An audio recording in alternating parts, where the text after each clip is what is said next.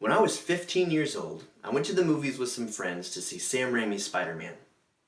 It was the first time I had been exposed to the lore of superheroes, and I've been hooked ever since.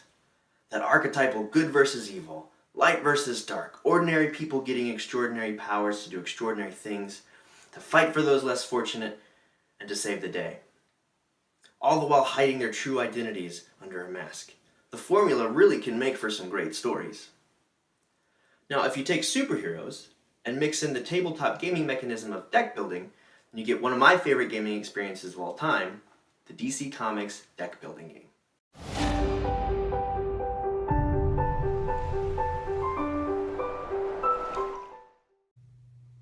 This game, by Cryptozoic, has players taking on the role of one of DC Comics' iconic heroes. Each character will have a special ability that will aid them in taking down supervillains, which you do by building up your combat power and taking the card out of play. Players can purchase other cards in the shared lineup to use on subsequent turns as well. These cards can do anything from giving you combat power, letting you draw more cards, and even attacking other players, who will then have to defend or face the consequences. This mechanic reminds me of how often comic book characters will work together.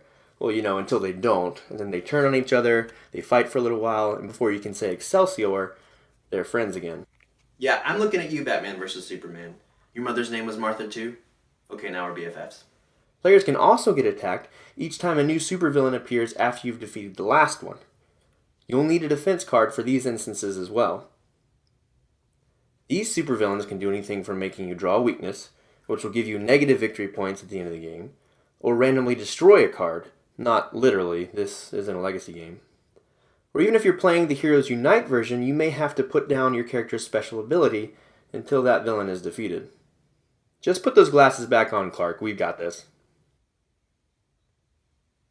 One of my favorite things about this game, though, is how the character's special abilities actually make sense for the character you're playing. Are you playing as Batman? You better keep an eye out for equipment in the lineup.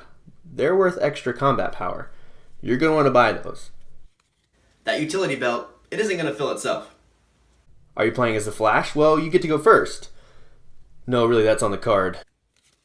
The Flash is just really a punctual guy.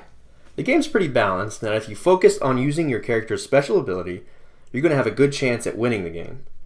After the stack of supervillains has been depleted, the player with the most points in their deck wins the game. Cryptozoic has supported this game tremendously, releasing story expansions, full-theme sets, extra characters, and even some cards based on the DC TV shows.